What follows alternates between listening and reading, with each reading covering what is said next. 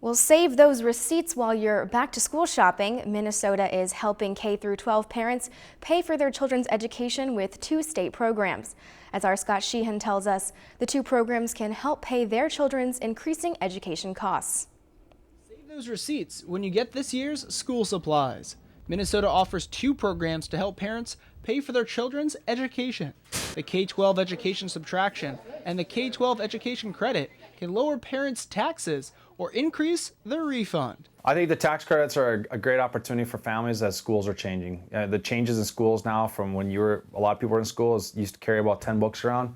Now you carry a device around which has all those digital books on them. So this allows families to maybe go out and buy that device for their student that we use every single day and every single hour almost. Where schools in the state of Minnesota have let parents down over the last decade, parents should at least be able to offset some of their own expenses in the tax code. The subtraction and credit go beyond the standard pencils, backpacks, and crayons. It can also be used for paying for extra classes, fine arts, and other programs not offered by the local schools. Tutoring services or additional classes that may not be offered, fine arts classes, dancing, art, art, stuff like that. Additional educational opportunities for students. They can write that down off their, reported income. When schools are forced to make education cuts, the PTA says those extra costs are passed on to the parents.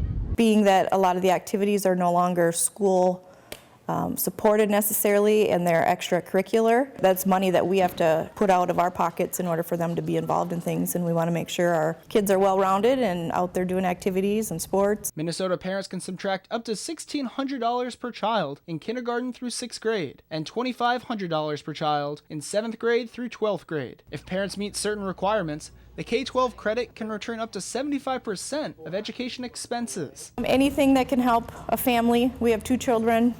I know there's families that have a lot more, and the activities and the school supplies and the clothing and the tennis shoes and everything just multiplies every year. The hope is every student has the tools necessary to excel in the classroom. Scott Sheehan, Lakeland News. Principal Rankin advises parents to check with their school before buying their child's device to make sure the device is compatible with the school's software. If you've enjoyed this segment of Lakeland News, please consider making a tax-deductible contribution to Lakeland Public Television.